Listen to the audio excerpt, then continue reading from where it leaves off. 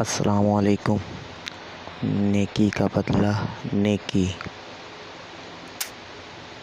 استاد صاحب مدثر سے مدثر میاں تم آج پھر گھر کا کام کر کے نہیں لائے؟ مدثر اپنی جگہ پر کھڑا ہو کر معتمدانہ انداز میں بولا، ماسٹر صاحب آپ کو تو پتہ ہی ہے میرے ابو گاؤں کے وڈیرے خان آصف کے ملازم ہیں۔ پچھلے 3 ماہ سے میرے ابو کو تنخواہ نہیں ملی، اس وجہ سے میں نئی کاپیاں نہیں خرید سکا اور آج میں اسکول میں بھی بھوکا ہی آیا ہوں۔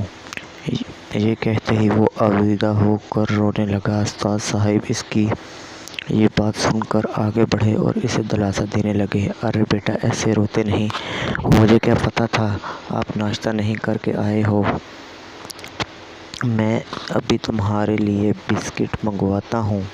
اس جماعت میں وڈیرے آصف کا بیٹا بھی پڑھتا تھا۔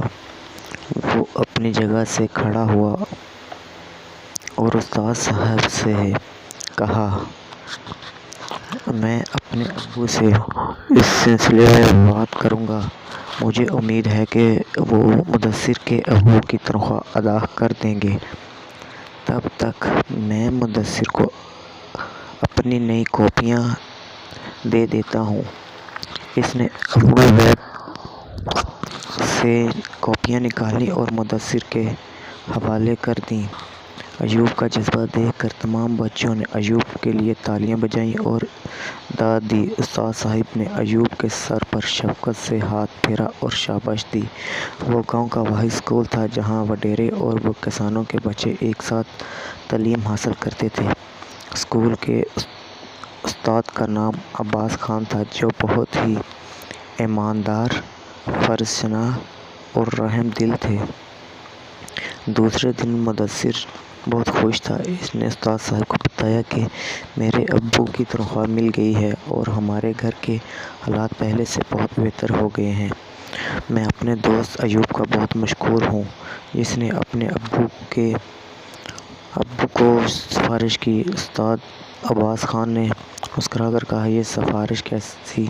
یہ تو آپ کے ابو کی محنت کا پھل اور ان کا حق تھا۔ آج سے ہر بچہ سخت سے سخت محنت کرے گا اور علم کی طاقت سے اپنے حالات کا مقابلہ کرے گا اور بڑا ہو کر ایماندار اور سچا پاکستانی ہونے کا ثبوت دے گا۔ بہت وقت گزر گیا، اس اسکول کے بچے ایک دوسرے سے جدا ہو کر بہت بڑے بڑے عہدوں پر تعینات ہو گئے۔ کوئی افسر بن گیا، کوئی باہر چلا گیا، کوئی استاد بن گیا۔ وڈیرے آصف کے گھر کے حالات آہستہ آہستہ بد سے بدتر ہوتے گئے۔ اس کے چھوٹے بھائی نے ساری زمین جائیداد بیچ دی تھی اور اپنے بھتیجے ایوب کو زمین میں حصہ نہیں دیا، جس وجہ سے وہ اپنی ماں کو لے کر شہر چلا گیا اور کرائے کے مکان میں رہنے لگا۔ ایوب بی اے پاس تھا اور کوئی کسی نوکری کے سلسلے میں درخواست دے رکھی تھی۔ آج اسے انٹرویو کے لیے کال آئی اور وہ بہت خوش تھا۔ اس نے اپنی والدہ سے دعائیں لیں اور وقت پر روانہ ہو گیا۔ بہت سارے امیدوار نوکری کے لیے آئے ہوئے تھے۔ کافی انتظار کے بعد اس کا بلاوا آیا اور وہ انٹرویو کے لیے کمرے میں داخل ہوا۔ سامنے 3 بزرگ بیٹھے تھے۔ انہوں نے باری باری اس کے کوائف چیک کیے۔ ان میں 2 ہم بزرگ اور ایک اس کا ہم عمر تھا۔ ایوب کو محسوس ہوا کہ اس نے اسے کہیں دیکھا ہے مگر اسے یاد نہیں آ رہا تھا۔ مختلف سوالات کے بعد تینوں نے باہمی مشورہ کیا اور جو ایوب کا ہم عمر بولا، اگر آپ نے بچپن میں ایک غریب کسان کے بیٹے کی مدد نہ کی ہوتی تو آپ کے سامنے بیٹھا یہ خاکسار مدثر نہ جانے کہاں ہوتا۔ یہ سن کر ایوب کو سب یاد آ گیا۔ اس کے سامنے بیٹھا شخص اس کا ہم جماعت مدثر تھا، جو اپنی محنت کی وجہ سے ایک کمپنی میں بہت بڑا افسر بن گیا تھا۔